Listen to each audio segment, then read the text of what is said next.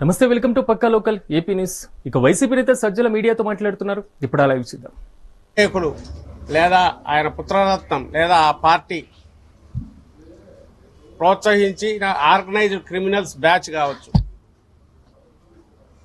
గుంటూరులో ఏం చేశారనేది మొత్తం ప్రపంచం అంతా చూసింది.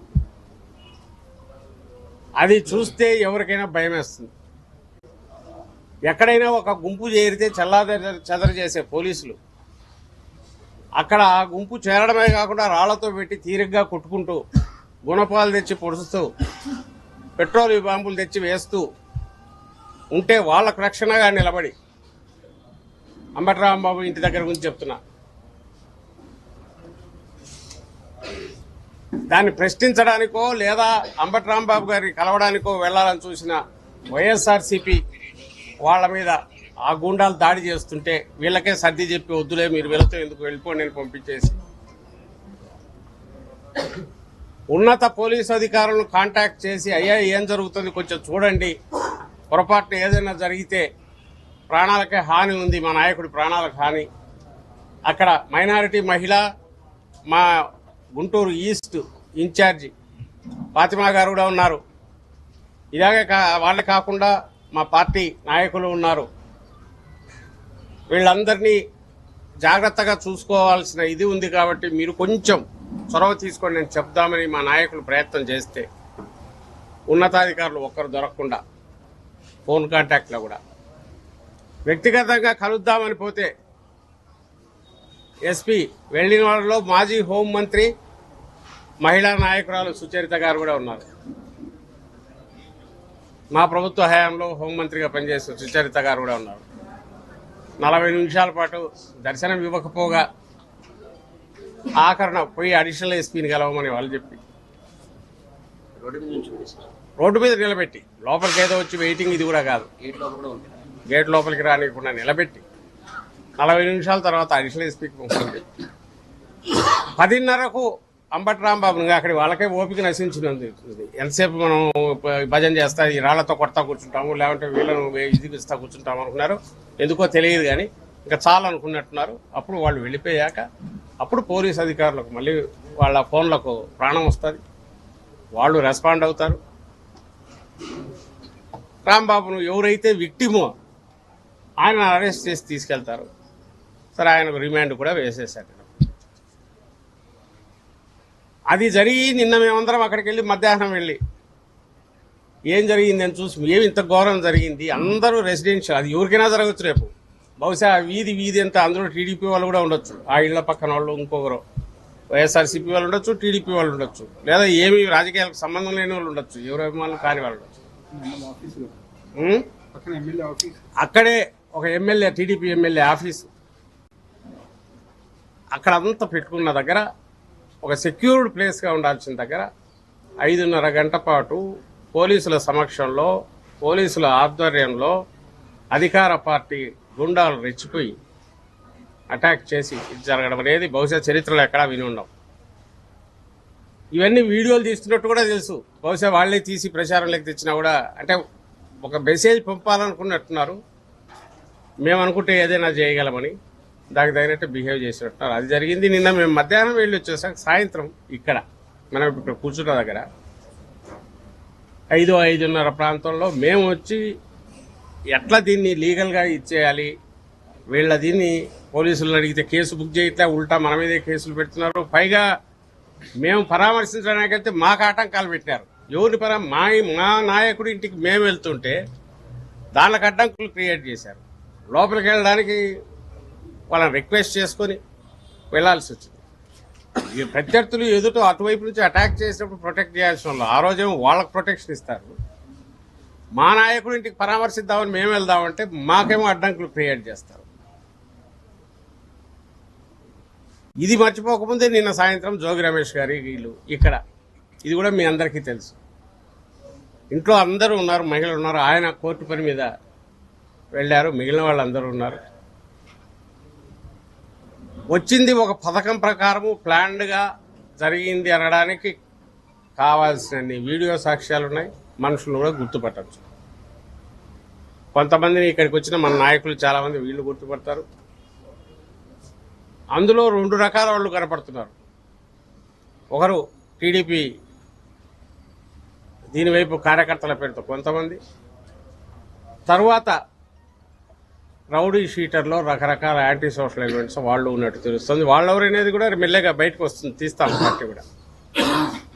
వీళ్ళందరూ వచ్చి ఇక్కడికి వచ్చి నిన్న చేసింది ఏంటంటే పోలీసుల ఆధ్వర్యంలో పోలీసులు చూస్తున్నాగా ఓ పోలీసు కూడా కింద పడినట్టున్నాడు వాళ్ళు తోస్తే.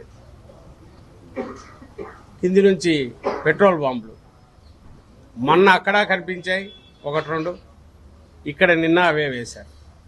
ఈ పెట్రోల్ పంపులు ఎట్లా వస్తాయండి? ఆ వీడియోలో చూస్తే ఆ పార్టీ నాయకుడే పట్టుకొని దాన్ని వస్తున్నాడు. ఆ పార్టీ నాయకుడే పెట్రోల్ బంక్ పట్టుకొని ఊరేగింపులుగా నడుచుకుంటూ వస్తున్నారు.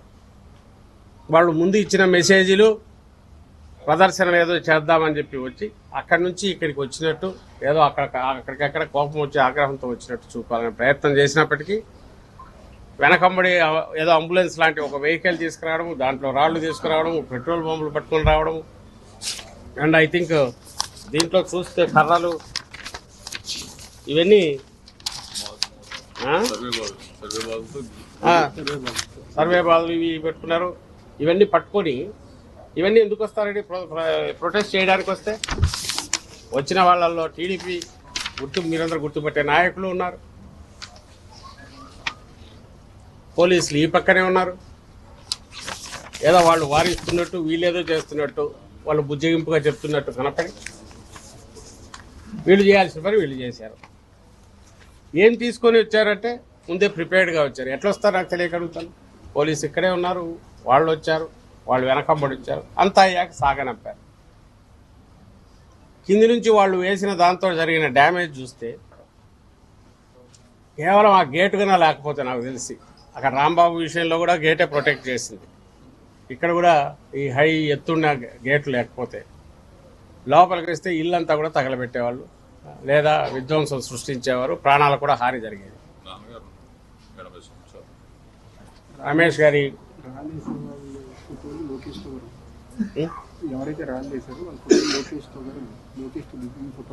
ఉన్నాయి, మీరు ఇప్పుడు వీడియోలో చూస్తే జోగి రమేష్ గారి ఫాదరు ఆయన ఉన్నారు, 80 ఏళ్ల వృద్ధుడు. ఈ సమయంలో వాళ్ళు వచ్చేసి ఎవరికైనా ప్రాణహాని జరిగితే ఎవరు బాధ్యులు? ప్రాణహాని కలిగించాలనే వచ్చినట్టు వాళ్ళ అటాక్ చూస్తే కనపడుతోంది. ఈ రకమైన మెసేజ్ ఇందులో 2. ఒకటి, అధికారంలో ఏ రాజకీయ పార్టీ అయినా ఇట్లా వ్యవహరించడము అంటే అది రాజకీయ పార్టీగా ఉండడానికి కూడా దానికి అర్హత లేదు. అందులోనూ అధికారంలో ఉన్న పార్టీ అలాంటి పార్టీ వస్తే అంతకంటే ఘోరమైన విపత్తు ఏ ప్రజాస్వామ్యంలో ఉండదు. దానికి తోడు నిష్పాక్షికంగా కొంతైనా వ్యవహరించాల్సింది పోలీసు వ్యవస్థ. అందులో వీళ్ళు తమకు కావాల్సిన వాళ్ళను మాత్రమే పెట్టుకొని వాళ్ళ దారికి తెచ్చుకొని వాళ్ళ ద్వారా ఆపరేట్ చేస్తున్న పద్ధతి చూస్తే ఎంటైర్ వ్యవస్థను కూడా వాళ్ళు పోలీసు వ్యవస్థను కూడా నిర్వీర్యం చేసి తమ ఇష్టాలకు తగినట్టు నడిచేటట్టు చంద్రబాబు నాయుడు గారు ఆయన పుత్రరత్నం వాళ్ళను దారిలోకి తెచ్చుకొని వాళ్ళ ద్వారా నడుపుతున్నట్టు కనపడుతుంది, సాక్ష్యాలతో సహా. అరాచకం రాజ్యం వెళ్తుందన్నామంటే ఒట్టే అరాచకం కాదు, ఆర్గనైజ్డ్ వ్యవస్థీకృతమైన అరాచకం. వ్యవస్థీకృతమైన తిరుమల లడ్డూ కల్తీ అంశంపై తిరుమల తిరుపతి దేవస్థానం మాజీ చైర్మన్ భూమన కరుణాకర్ రెడ్డి సంచలన వ్యాఖ్యలు చేశారు. సిబిఐ సిట్ నివేదికల ప్రకారం నెయ్యిలో జంతు కొవ్వు కలిసేటువంటి అవకాశం లేదని తెలిసినప్పటికీ చంద్రబాబు తన రాజకీయ లబ్ధి కోసం తప్పుడు ప్రచారం చేస్తున్నారని మండిపడ్డారు. వైసీపీ నేతలపైన తప్పుడు నిందలు మోపుతూ దాడులు చేయడం డైవర్షన్ పాలిటిక్స్ లో భాగమేనని విమర్శలు గుప్పించారు. దేవుని పేరుతో రాజకీయం చేయడం మానుకోవాలని భూమన హెచ్చరించారు. తయారు చేసి దైవద్రోహానికి పాల్గొన్నారు అన్న ఒక్క మాటతో మొత్తం వెంకటేశ్వర స్వామి క్షేత్ర మహిమనంతా కూడా నేలమట్టం చేసే విధంగా మాట్లాడింది మీరు అనేటువంటి విషయాన్ని గుర్తు చేస్తున్నా. ఇప్పటికైనా కూడా మీరు మా మీద ఆవేశపడిపోయి ఇష్టం వచ్చినట్టుగా మాట్లాడడం కాకుండా దయచేసి ఆత్మావలోకనం చేసుకొని ఆత్మ పరిశీలన చేసుకొని అంతరాత్మను ప్రశ్నించుకొని ఏమిటి మనం చేస్తున్నది తప్ప కాదా? మీరే అంటున్నారు కదా, దైవద్రోహం చేసినటువంటి వాళ్లను దేవుడు మన జీవిత కాలంలోనే శిక్షిస్తాడు అని. మీకంటే దైవద్రోహం ఎవరు చేసినారు? ఆ కోట్ల లడ్డులో ఆవు కొవ్వు కలిపినారు అని అన్నదానికంటే అపవాదు ఏముంది? వెంకటేశ్వర స్వామి చూడడని చెప్పినారా? వినడని చెప్పినారా? మా మీద పగ తీర్చుకోవటానికి వెంకటేశ్వర స్వామినే ఆయుధంగా వాడుకున్నారా? మీ అంతరంగానికే వదిలేస్తున్నా. నంద్యాల జిల్లా ఆళ్లగడ్డలో ఎమ్మెల్యే భూమా అఖిలప్రియ, ఏవి సుబ్బారెడ్డి వర్గాల మధ్య ఉద్రిక్త వాతావరణం చోటు చేసుకుంది. ఏవి సుబ్బారెడ్డి కాంప్లెక్స్ సమీపంలో సీసీ రోడ్డుకు అడ్డంగా నిర్మించినటువంటి గోడను మున్సిపల్ అధికారుల సమక్షంలో ఎమ్మెల్యే అఖిలప్రియ దగ్గరుండి తొలగింపజేశారు. దీనిపైన ఏవి సుబ్బారెడ్డి తీవ్ర ఆగ్రహం వ్యక్తం చేశారు. కనీసం ముందస్తు నోటీసులు ఇవ్వకుండా తన వద్ద అన్ని డాక్యుమెంట్లు ఉన్నప్పటికీ గోడను ఎలా కూలుస్తారని ఆయన ప్రశ్నిస్తారు. అయితే ఈ క్రమంలో ఇరు వర్గాల మధ్య ఘర్షణ తలెత్తకుండా పోలీసులు ఏవి సుబ్బారెడ్డిని పాత బస్టాండ్ వద్దే అడ్డుకోవడంతో పట్టణంలో హైటెన్షన్ వాతావరణం నెలకొంది.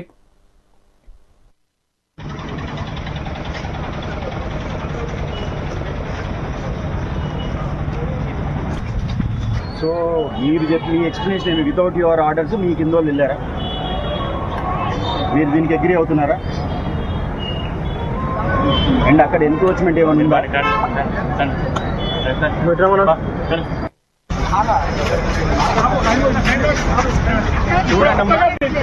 ఎన్ని ఇష్యూస్ అవునా కదా? మరి ఆ మాట ఇంకోటి ఇష్యూ అవ్వకుండా చేసుకోండి.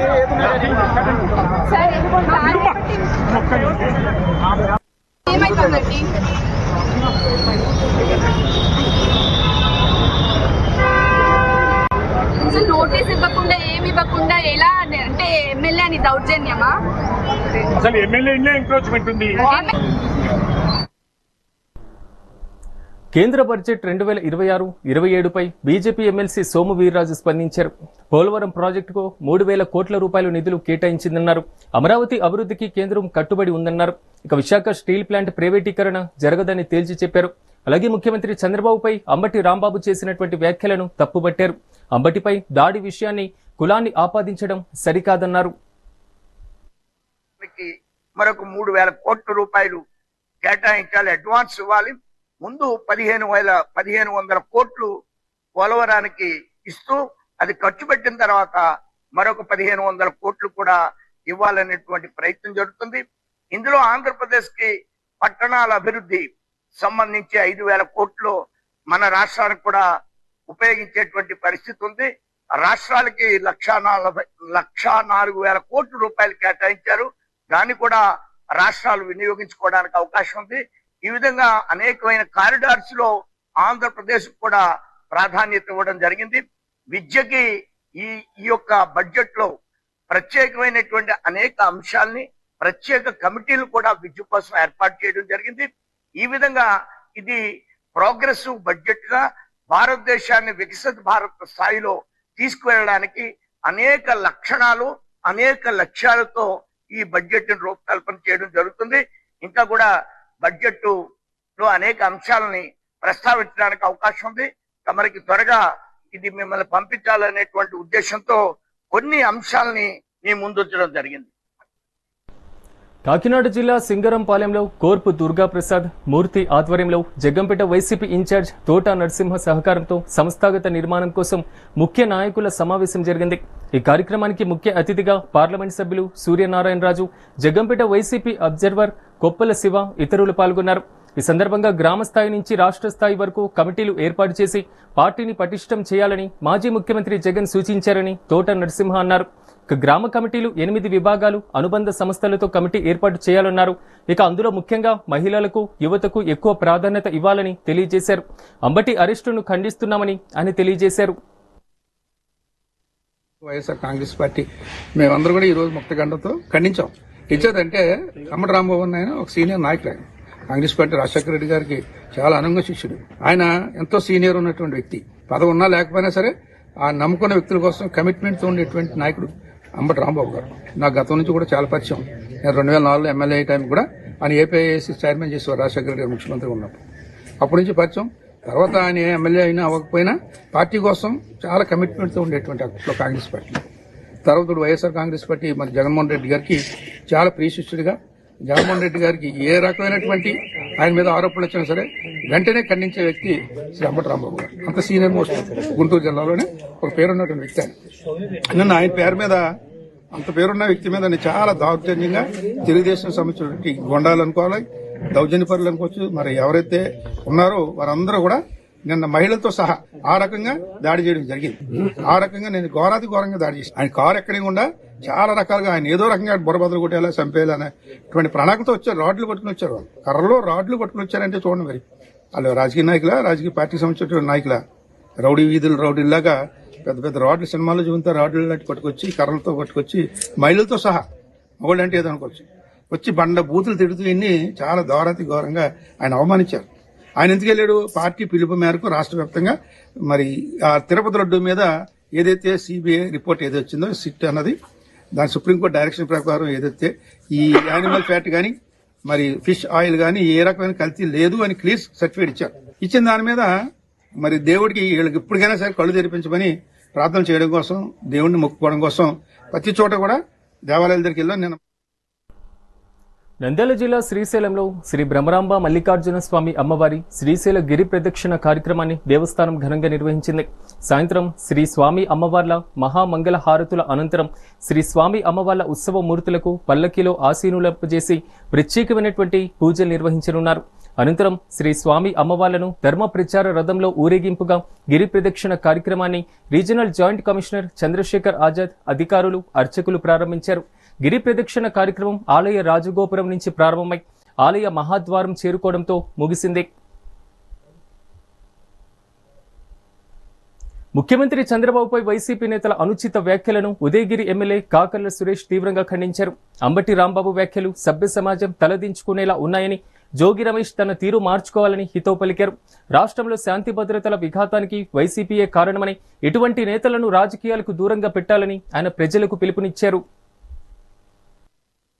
రాజకీయాలు కులాల మధ్య చిచ్చు పెడదామని, లేకపోతే సోషల్ మీడియాని వాడుకొని ఎంతో మంది యువత భవిష్యత్తును నాశనం చేస్తా ఉన్నారు. ఎంతో మంది యువతని రెచ్చగొట్టడం, ఈ గంజాయి మత్తులో రకరకాలైన మత్తులో యువతనందరినీ నాశనం చేసి టెక్నాలజీ అని చెప్పి యూట్యూబుల్లో సోషల్ మీడియాలో ఒక విష ప్రచారం చేయడం, ప్రభుత్వాన్ని ఇబ్బంది పెట్టడం, పెద్దల్ని ఇబ్బంది పెట్టడం. ఈ క్రమంలో మీరు చూశారు, దీన్ని ఆల్రెడీ మనం కండెమ్ చేయడం జరిగింది. ఉదయగిరి నియోజకవర్గ తెలుగుదేశం పార్టీ తరఫున మన నాయకులు రిపోర్ట్ కూడా ఇవ్వడం జరిగింది. మీరు చూశారు, మాజీ మంత్రి ఇప్పుడు దాకా అంబటి రాంబాబు గారు అనేవాళ్ళం మనం. అంబటి రాంబాబు, నేను కూడా గౌరవనే అని అంటాను. ఎవరైనా సీనియర్ పొలిటీషియన్ గౌరవం అనడానికి కూడా అర్హత లేదు ఆయన.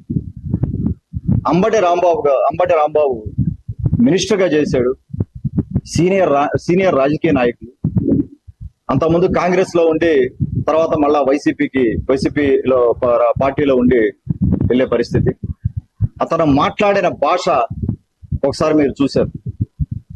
సభ్య సమాజం తలదించుకునే విధంగా, ఏ కుటుంబ సభ్యులు కూడా హర్షించరు ఆ భాషని. వారి సొంత కుటుంబ సభ్యులు కూడా ఆ భాషని హర్షించరు. కుటుంబాలకు ఏం సంబంధం రాజకీయం? కుటుంబ సపోర్టుతోనే, కుటుంబాలు సపోర్ట్ చేస్తేనే నాలాంటి వాళ్ళు కానీ, బాబు గారు కానీ, లోకేష్ గారు కానీ ఎవరైనా కూడా రాజకీయం చేసుకుంటే, ఎంతో మంది రాజకీయ నాయకులు కానీ కుటుంబ సపోర్టుతోనే రాజకీయాల్లో ఉండే పరిస్థితి. కుటుంబాలు ఏం చేసి, కుటుంబాల జోలికి ఎందుకు వెళ్తున్నారు? కుటుంబాల మీదకి ఎందుకు వెళ్తున్నారు? ఎందుకు మాట్లాడుతున్నారు? కుటుంబం చంద్రబాబు మరణంపై ప్రసన్న కుమార్ రెడ్డి చేసినటువంటి వ్యాఖ్యలు ఆయన రాక్షసత్వానికి నిదర్శనమని తెలుగుదేశం పార్టీ రాష్ట్ర కార్యదర్శి చెముకుల కృష్ణ చైతన్య మండిపడ్డారు. కేవలం 19 నెలల్లోనే ఎమ్మెల్యే వేమిరెడ్డి ప్రశాంతిరెడ్డి 100 కోట్లతో కోవూరును అభివృద్ధి చేస్తున్నారని, ఆమెను విమర్శించేటువంటి నైతిక హక్కు ప్రసన్నకు లేదన్నారు. వెంటనే బేషరతుగా క్షమాపణ చెప్పాలని డిమాండ్ చేశారు. 85 సీట్లు వైఎస్ఆర్సీపీకి దాటితే తెలుగుదేశం పార్టీ పరిస్థితి ఏందని మాట్లాడిన ప్రసన్న కుమార్ రెడ్డి గారు 2019 ఎన్నికల్లో 151 సీట్లు దాటిన రోజు కూడా, వైకాపాకి 151 సీట్లు దాటి అత్యంత దుర్మార్గంగా 5 సంవత్సరాలు పరిపాలించిన రోజు కూడా ఏ తెలుగుదేశం పార్టీ కార్యకర్త మీ దగ్గర మోకరలేదు. మీరు చేసిన ప్రతి అన్యాయాన్ని అండగట్టాం. సుబ్రహ్మణ్య నాయుడు ఇంటి మీద దాడి చేస్తే మీరు గెలిచిన మొదటి నెల రోజుల్లోనే ఈదుల్లోకి మీరు వచ్చి క్షమాపణ చెప్పేలా చేసినటువంటి కార్యకర్తలు, తెలుగుదేశం పార్టీ కార్యకర్తలు మీ ఒడితోపులకు భయపడ తెలియజేస్తా ఉన్నాం. 2024లో 160 సీట్లు దాటిపోయి కూటమి ప్రభుత్వం ముందుకు పోతున్న రోజు టైంలో మాకున్నటువంటి బాధకి, మీరు పెట్టినటువంటి క్షోభకి ఒక్క మాట మా చంద్రబాబు నాయుడు గారు, మా యువ నాయకులు నారా లోకేష్ గారు మీ ఇష్టం అని అంటే ఈ పాటికే ఈ రాష్ట్రంలో వైకాపా నాయకుల పరిస్థితి ఏంటో మీరు ఊహించుకోండి. క్రమశిక్షణ కలిగిన పార్టీ, రాజ్యాంగం పట్ల విలువ కలిగిన నాయకత్వం మాకున్నాయి కాబట్టి మా ఆవేశాలను ఆపారు. శ్రీశైల మహాశివరాత్రి బ్రహ్మోత్సవాల ఏర్పాట్లపై మంత్రుల త్రిసభ్య కమిటీ విస్తృత సమీక్ష సమావేశం నిర్వహించింది. అయితే దేవాదాయ శాఖ మంత్రి ఆనం రామనారాయణ రెడ్డి, హోంశాఖ మంత్రి అనిత, మంత్రి బీసీ జనార్దన్ రెడ్డిలు ఈ సమావేశంలో పాల్గొన్నారు. క్షేత్రానికి వచ్చేటువంటి లక్షలాది మంది భక్తులకు తాగునీరు, రవాణా, భద్రతా పరంగా ఎటువంటి ఇబ్బందులు కలగకుండా పక్కా ప్రణాళికతో ఏర్పాట్లు చేయాలని అధికారుల్ని ఆదేశించారు. పుట్టపర్తిలో మాఘమాస పౌర్ణమిని పురస్కరించుకొని సత్యసాయి గిరి ప్రదక్షిణ ఘనంగా జరిగింది. దేశ విదేశాల భక్తులు సుమారు 10 కిలోమీటర్ల మేర సాయి నామస్మరణతో రథాన్ని లాగుతూ ప్రదక్షిణ చేశారు. మాఘమాసంలో గిరి ప్రదక్షిణ చేయడం వల్ల సకల శుభాలు కలుగుతాయని భక్తుల విశ్వాసం. క్షేత్రమంతా ఆధ్యాత్మిక శోభతో సంతరించుకుంది.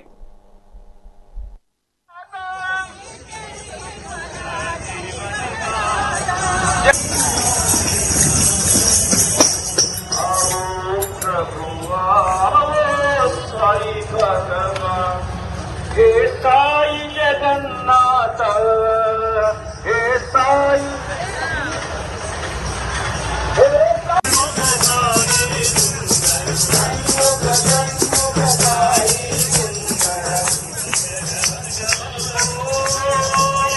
శివ శరవణ భవ,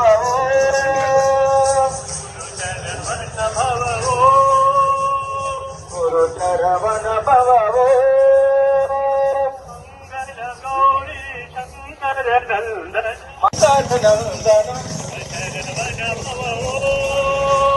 శివ శరవణ భవ,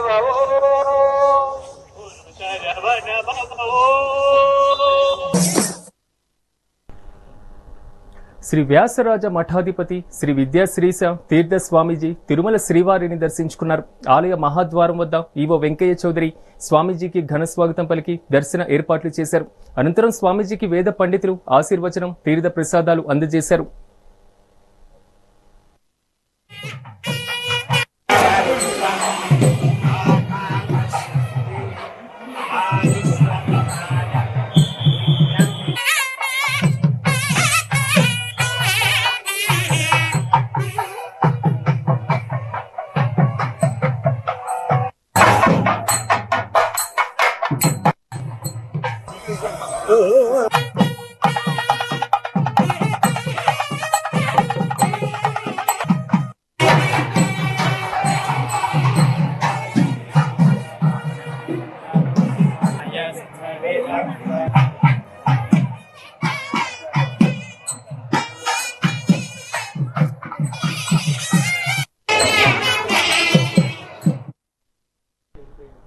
శ్రీశైలంలోని కరివెన నిత్య అన్నదాన సత్రం ప్రహరీ గోడ కూల్చివేత ఘటనపై దేవస్థానం క్లారిటీ ఇచ్చింది. ఈ ఉదంతం కేవలం సమాచార లోపం వల్ల జరిగిందే తప్ప ఇందులో ఎలాంటి ఉద్దేశం లేదని దేవస్థానం చైర్మన్ రమేష్ నాయుడు, ఈవో శ్రీనివాసరావు స్పష్టం చేశారు. మహాశివరాత్రి, ఉగాది ఉత్సవాలకు వచ్చేటువంటి భక్తుల సౌకర్యార్థం రహదారి విస్తరణ కోసం ఖాళీ స్థలాన్ని వినియోగించుకోవాలని భావించారు. అయితే రెవెన్యూ అధికారుల మధ్య కమ్యూనికేషన్ గ్యాప్ వల్ల కూల్చివేత ప్రారంభమైందని, విషయం తెలియగానే వెంటనే నిలిపివేశామని వారు తెలిపారు. సత్రానికి అదనపు స్థలం కేటాయింపుపై దేవాదాయ శాఖ ఇచ్చేటువంటి ఆదేశాల మేరకే తదుపరి చర్యలు ఉంటాయని వెల్లడించారు. స్థానిక ఎమ్మెల్యే బుడ్డా రాజశేఖర్ రెడ్డి సూచనల మేరకు ప్రభుత్వ ఆదేశాలకు అనుగుణంగా వ్యవహరిస్తున్నామని, భక్తులకు గాని ప్రజలకు గాని ఈ విషయంలో ఆందోళన చెందవద్దని వారు కోరారు. ప్రహరీ కూల్చివేత సంఘటన కేవలం సమాచార వినిమయ లోపం మాత్రమే జరిగింది. దీంట్లో ఎలాంటి దురుద్దేశాలు లేవు. ఇందులో దేవస్థానంకు కానీ ధర్మకర్తల మండలికి కానీ ఎటువంటి దురుద్దేశం లేదు. ఈ విషయాన్ని సామాజిక కోణంలో కానీ రాజకీయ కోణంలో కూడా చూడకూడదని ధర్మకర్తలి మండలి పక్షాన మరియు దేవస్థానం పక్షాన చైర్మన్గా నేను తెలియజేస్తున్నాను. రాష్ట్ర దేవాదాయ శాఖ 1961 సంవత్సరంలో కరువేన సత్రానికి స్థలం కేటాయించే విధంగా ఉత్తర్వులు జారీ చేయడం జరిగింది. 1970 సంవత్సరంలో దేవస్థానం సుమారు 43 సెంట్లు స్థలాన్ని వారికి అప్పగించడం జరిగింది. చాలా ఏళ్ల కిందటే సదరు సత్రం వారు అదనపు స్థలాన్ని కూడా కలుపుకొని భవనాన్ని నిర్మించడం జరిగింది. కరువేన అన్నదాన సత్రం ప్రహరీ కూల్చివేత సంఘటన కేవలం సమాచార వినిమయ లోపం మాత్రమే జరిగింది. దీంట్లో ఎలాంటి దురుద్దేశాలు లేవు. ఇందులో దేవస్థానంకు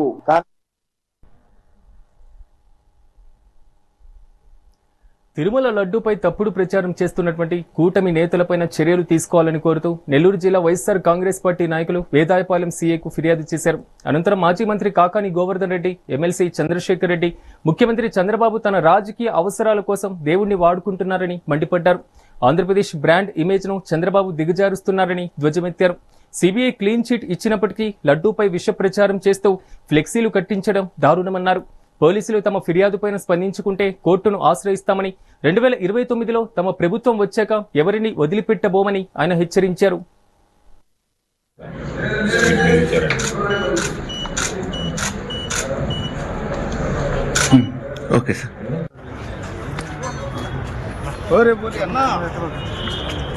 తిరుమల వెంకటేశ్వర స్వామికి ఒక ఆంధ్ర రాష్ట్రంలోనే కాకుండా ప్రపంచవ్యాప్తంగా కూడా అంతటి గుర్తింపు, అంతటి పవిత్రత, అంతటి విశిష్టత ఉంది. మరి అదే ప్రాంతానికి చెందినటువంటి చంద్రబాబు నాయుడు సీఎం అయిన తర్వాత ఆ తిరుమల తిరుపతికి ఉన్నటువంటి ప్రతిష్ట, ఆంధ్ర రాష్ట్రానికి ఉన్నటువంటి గొప్పతనం, ఈ రెండు కూడా దెబ్బతినేలాగా ఈ రోజు ప్రవర్తించినటువంటి తీరు ఆంధ్ర రాష్ట్ర ప్రజలే కాదు, భారతీయులందరూ కూడా సిగ్గుపడతా ఉన్నారు. ఒక ముఖ్యమంత్రి హోదాలో ఉండి ఎక్కడా కూడా ఒక ఆధారం లేనటువంటి ఒక ఆరోపణ, అది కూడా ఒక కుటుంబ సభ్యుడు, ఎవరైనా ఒక కుటుంబ సభ్యుల మీద, అంటే వాళ్ళ ఇంట్లో ఫ్యామిలీ మెంబర్స్ మీద కూడా చంద్రబాబు నాయుడు గారికి ఏదైనా ఆరోపణ వస్తే రోడ్లోకి వచ్చి చెప్పడు, అది ముందు నిజమా కాదో తెలుసుకోవాలా. ఆ విధంగా మాట్లాడేది, ఆరోపణ చేసేది ఒక శత్రువే. మరి ఈరోజు చంద్రబాబు నాయుడు గారు ముఖ్యమంత్రిగా ఉన్నారా, ఈ రాష్ట్రానికి, ఈ ప్రజలకి శత్రువుగా ఉన్నారా అన్నది ఒకటి ఆలోచించుకోవాలా. ఆ రోజు ఏం చెప్పినారు తిరుమల లడ్డూ గురించి? దాంట్లో జంతువుల యొక్క కొవ్వులు కలిసినాయి, పంది కొవ్వు కలిసింది, ఇలాంటి వినడానికే ఇబ్బంది కలిగేటువంటి మాటలు ఆ రోజు మాట్లాడడం కూడా జరిగింది. అదేవిధంగా ఈ లడ్డుల్ని అయోధ్యకు కూడా పంపించినారని కూడా మాట్లాడడం జరిగింది. ఇవన్నీ వినిన తర్వాత అందరం కూడా సిగ్గుపడే పరిస్థితి కూడా ఆ రోజు కనపడింది. ఆ తర్వాత దీన్ని సిబిఐ తీసుకోవడం కానీ, అక్కడ ఆ తర్వాత ఈ లడ్డూల విషయం మీద ల్యాబ్ రిపోర్ట్స్ అన్ని వచ్చిన తర్వాత మొన్న తెలిసింది. ఆ రోజు చంద్రబాబు నాయుడు గారు చెప్పినవన్నీ కూడా అబద్ధాలు, అవన్నీ కూడా అసత్యాలు, వాటిలో ఎలాంటి కల్తీ లేదని చెప్పి ఈ రోజు రిపోర్ట్స్ అన్ని వచ్చిన తర్వాత దాని గురించి, మన తిరుమల తిరుపతి యొక్క పవిత్రత గురించి కానీ, ఆ లడ్డూ యొక్క విశిష్టత గురించి కానీ, మరలా దాని యొక్క పవిత్రత అలానే కాపాడుకునేదానికి వైఎస్ఆర్సీపీ ప్రయత్నిస్తా ఉంటే, లేదు అది అపవిత్రమే, తిరుమల తిరుపతిలో అపవిత్రం జరిగిందని చెప్పి ఫ్లెక్సీలు వేసినటువంటి దుర్మార్గమైనటువంటి పరిపాలన మనం ఎక్కడా కూడా చూడలేం. మాజీ ముఖ్యమంత్రి జగన్ పై రాజమండ్రి గ్రామీణ ఎమ్మెల్యే గోరంట్ల బుచ్చయ్య చౌదరి తీవ్ర విమర్శలు గుప్పించారు. రాష్ట్రంలో భూత పురాణాలకు జగనే ఆద్యుడని పేర్కొన్నారు. ఇక తిరుపతి లడ్డూ కల్తీ వ్యవహారంలో కోట్లాది మంది భక్తుల మనోభావాలను దెబ్బతీస్తూ 250 కోట్ల రూపాయల అవినీతికి పాల్పడ్డారని మండిపడ్డారు. అయితే సొంత బాబాయిని చంపించి ఆ నెపం చంద్రబాబుపై నెట్టేందుకు ప్రయత్నించారని ఆరోపించారు. చంద్రబాబు అంబటి రాంబాబును కూడా ఏదైనా చేసేటువంటి ప్రమాదం ఉందని సంచలన వ్యాఖ్యలు చేశారు. అయితే బెయిల్ రద్దు చేసి జగన్ ను జైలుకు పంపాలని ఆయన పేర్కొన్నారు. మనం చూద్దాం. కల్తీ నెయ్యి విషయంలో సిట్ క్లియర్గా చెప్పింది, అడల్ట్రేషన్ జరిగింది, కల్తీ నెయ్యి వల్ల చాలా నష్టం జరిగింది, 250 కోట్ల రూపాయల నష్టం జరగడమే కాదు, భక్తుల మనోభావాలు దెబ్బతిన్నాయి, హిందూ ధర్మం నాశనం చేశారు. ఎందుకంటే జగన్మోహన్ రెడ్డి గారు క్రైస్తవాన్ని ఆచరిస్తా ఉన్నారు. మర్చిపోకండి, ఇక్కడ ఒక విషయం గమనం తీసుకోండి. ఆయనకి హిందూ ధర్మం మీద, హిందూ ఆచారాల మీద కనీస అవగాహన లేని వ్యక్తి టీటీడీని కూడా వ్యాపార వస్తువుగా మార్చి దోపిడీ చేశారు. అవినీతి అక్రమాల కేంద్రంగా మార్చారు. ఇవాళ సిట్టు విచారణ అన్నీ వస్తూ ఉన్నాయి, ఛార్జ్ షీట్ కూడా ఫైల్ అయింది. మద్యం వ్యాపారంలో ఏ విధంగా దోపిడీ చేశారో అదేవిధంగా తిరుపతి విషయంలో కూడా దోపిడీ చేశారు. ఫలితంగా ఈ రోజున కేసులు నమోదై విచారణ జరుగుతోంది. ఏదో అన్యాయం జరిగిపోయింది, అక్రమాలు జరిగిపోయిందని విచారణ చేయకూడదు. ఎందుకంటే 13 సంవత్సరాలుగా తన కేసుని డిశ్చార్జ్ పిటిషన్లో నడిపిస్తూ ఉన్నారు. తన బాబాయి హత్య చేయించి హత్యను చంద్రబాబు మీద పెట్టడానికి ప్రయత్నం చేసి ఆ కేసులు సాగకుండా ఏ విధంగా దాచారో మనం చూసాం. సిబిఐ ఎంక్వైరీలో కూడా అడ్డుకున్న తత్వాన్ని మనం చూసాం. ఈ రోజున జోగి రమేష్ కావచ్చు, పేర్ని నాని కావచ్చు, రోజా కావచ్చు, అంబటి రాంబాబు లాంటి వాళ్ళని ప్రోత్సహించి ఏ విధంగా రెచ్చగొడతా ఉన్నారో మనం చూస్తున్నాం. నేను ఒకటే చెప్పాను, మొన్న కూడా చెప్పాను, అధికారంలో ఉన్నాం, మీరు రఫ్ అంటే మేము రఫ్ అంటే మీరు ఎక్కడ ఉంటారని ప్రశ్నించాం. రేపు జరగబోయేది అది. నిన్న జరిగింది ఏంటి? ఎందుకు రెచ్చిపోయారు తెలుగుదేశం శ్రేణులు? ముఖ్యమంత్రిని, గౌరవనీయమైన స్థానంలోని 4వ సారి ముఖ్యమంత్రి ఉన్న వ్యక్తిని, సుదీర్ఘ రాజకీయ నాయకుడిని, దేశవ్యాప్తంగానే ప్రపంచానికి గుర్తింపు నాయకుడిని బూతులు తిడతావా? ఏ విధంగా తిడతావు? నిన్ను నడి రోడ్డు మీద నరికేయాల్సిన అవసరం ఉంది. నిన్ను ఒకటే చెబుతున్నాం, శాంతిగా ఉండమని చెబుతారు నిన్న మా నాయకుడు, గొడవలు వద్దని చెప్తారు. ఇది వాళ్ళ పక్కా లోకల్ ఏపీ న్యూస్. మరిన్ని లోకల్ అప్డేట్స్తో మళ్ళీ కలుద్దాం. చూస్తూనే ఉండండి మెగా 9 టీవీ.